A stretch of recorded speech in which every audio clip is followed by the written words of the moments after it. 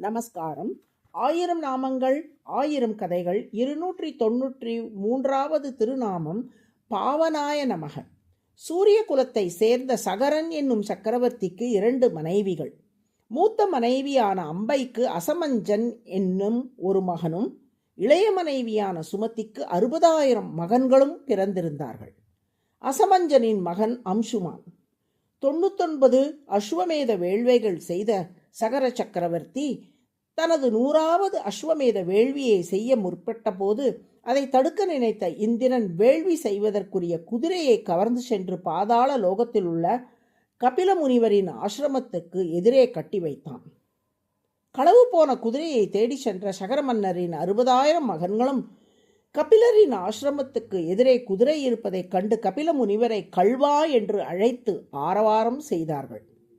தவம் கலைந்து கபிலர் கண் விழித்து பார்க்கவே அவரது பார்வை தீயில் 60,000 பேரும் சாம்பலானார்கள். குதிரையை தேடிப்போன தன் சிற்றப்பன்மார்கள் மீளாததால் அம்சுமான் அவர்களை தேடி சென்றான். கபிலருடைய குடிலின் வாசலில் 60,000 சடலங்களைக் கண்டு அயர்ந்து போனான். இறந்து போனவர்களுக்கு அங்கேயே தர்ப்பணம் செய்ய நினைத்தான் அம்சுமான். அப்போது அங்கே கருடன் தோன்றினார். இறந்தவர்களின் தாயான சுமதி கருடனுக்கு தூரத்து உறவினள் ஆவாள். இறந்த உறவினர்களை காண வந்த கருடன் அம்சுமானிடம், சாதாரண நீரால் நீ இவர்களுக்கு தர்ப்பணம் செய்வது பலன் அளிக்காது. கபிலரின் கோபத்துக்கு உள்ளாகி இவர்கள் இறந்திருக்கிறார்கள். எனவே திருமாலின் திருவடி தீர்த்தமாகிய கங்கை நீரை கொண்டு இவர்களுக்கு தர்ப்பணம் செய்தால்தான் இவர்களுக்கு நற்கதி கிட்டும் என்று அறிவுறுத்தினார். கங்கை எங்கே இருக்கிறது என்று அம்சுமான் கேட்க, முன்பு திருமால் உலகளந்த போது பிரம்மதேவர் அவரது திருவடிகளுக்கு தன் கமண்டலத்தில் உள்ள நீரால் அபிஷேகம் செய்தார்.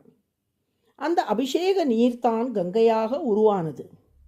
அது பிரம்மலோகத்தில் தொடங்கி ஸ்வர்கலோகம் வரை பாய்கிறது. அந்த கங்கா நீரை பூமிக்கு கொண்டு வர வேண்டும் என்றார் கருடன்.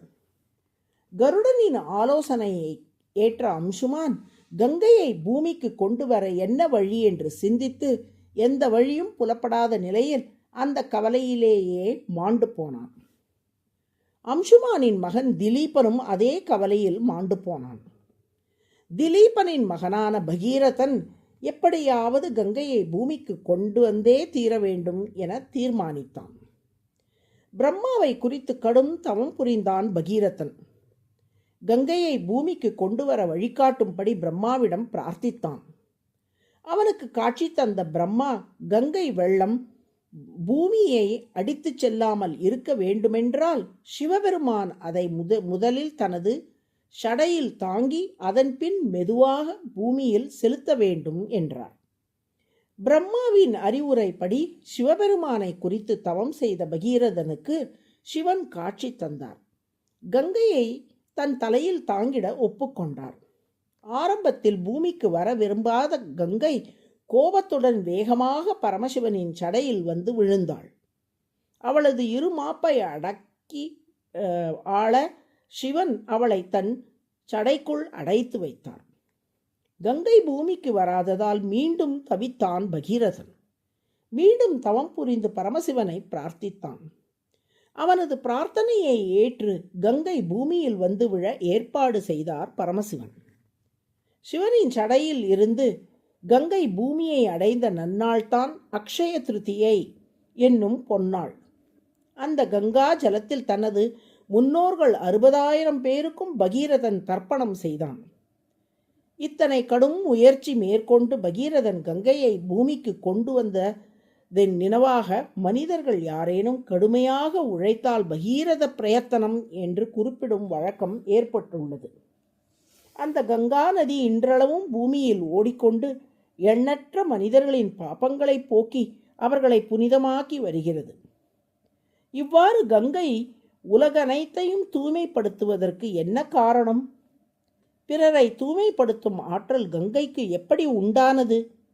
நமது அழுக்குகளையும் பாப்பங்களையும் கங்கையில் நாம் கழித்தால் அவற்றால் கங்கை அசுத்தமாகாதா? இந்த கேள்விகளுக்கெல்லாம் ஒரே பதில். திருமாலின் தூய திருவடிகளோடு ஏற்பட்ட தொடர்பினாலே தூய்மைப்படுத்தும் பண்பை பெற்றது கங்கா நதி. திருமாலின் திருவடிகளோடு தொடர்பு பெற்றதால் அதில் எந்த தோஷமும் ஒட்டாது. அறிவியல் ரீதியிலும் கங்கை நீரை எத்தனை நாட்கள் வீட்டில் சேமித்து வைத்தாலும் அதில் எந்த கிருமிகளும் இருப்பதில்லை என்கிறார்கள். பாவன என்றால் தூய்மைப்படுத்துதல் என்று பொருள். தன்னை சான்றோரை தூய்மை ஆக்குவதோடு மட்டுமன்றி பிறரை தூய்மைப்படுத்தும் ஆற்றலையும் தன்னை சார்ந்தவர்களுக்கு அருள்வதால் திருமால் பாவன என்று அழைக்கப்படுகிறார். அதுவே சகஸ்ரநாமத்தின் 293வது திருநாமம். பாவனாய நம என்று தினமும் சொல்லி வரும் அன்பர்களுக்கு கங்கையில் நீராடிய புண்ணியம் கிட்டும் என்பதில் ஐயம் இல்லை. நாராயண நாராயண.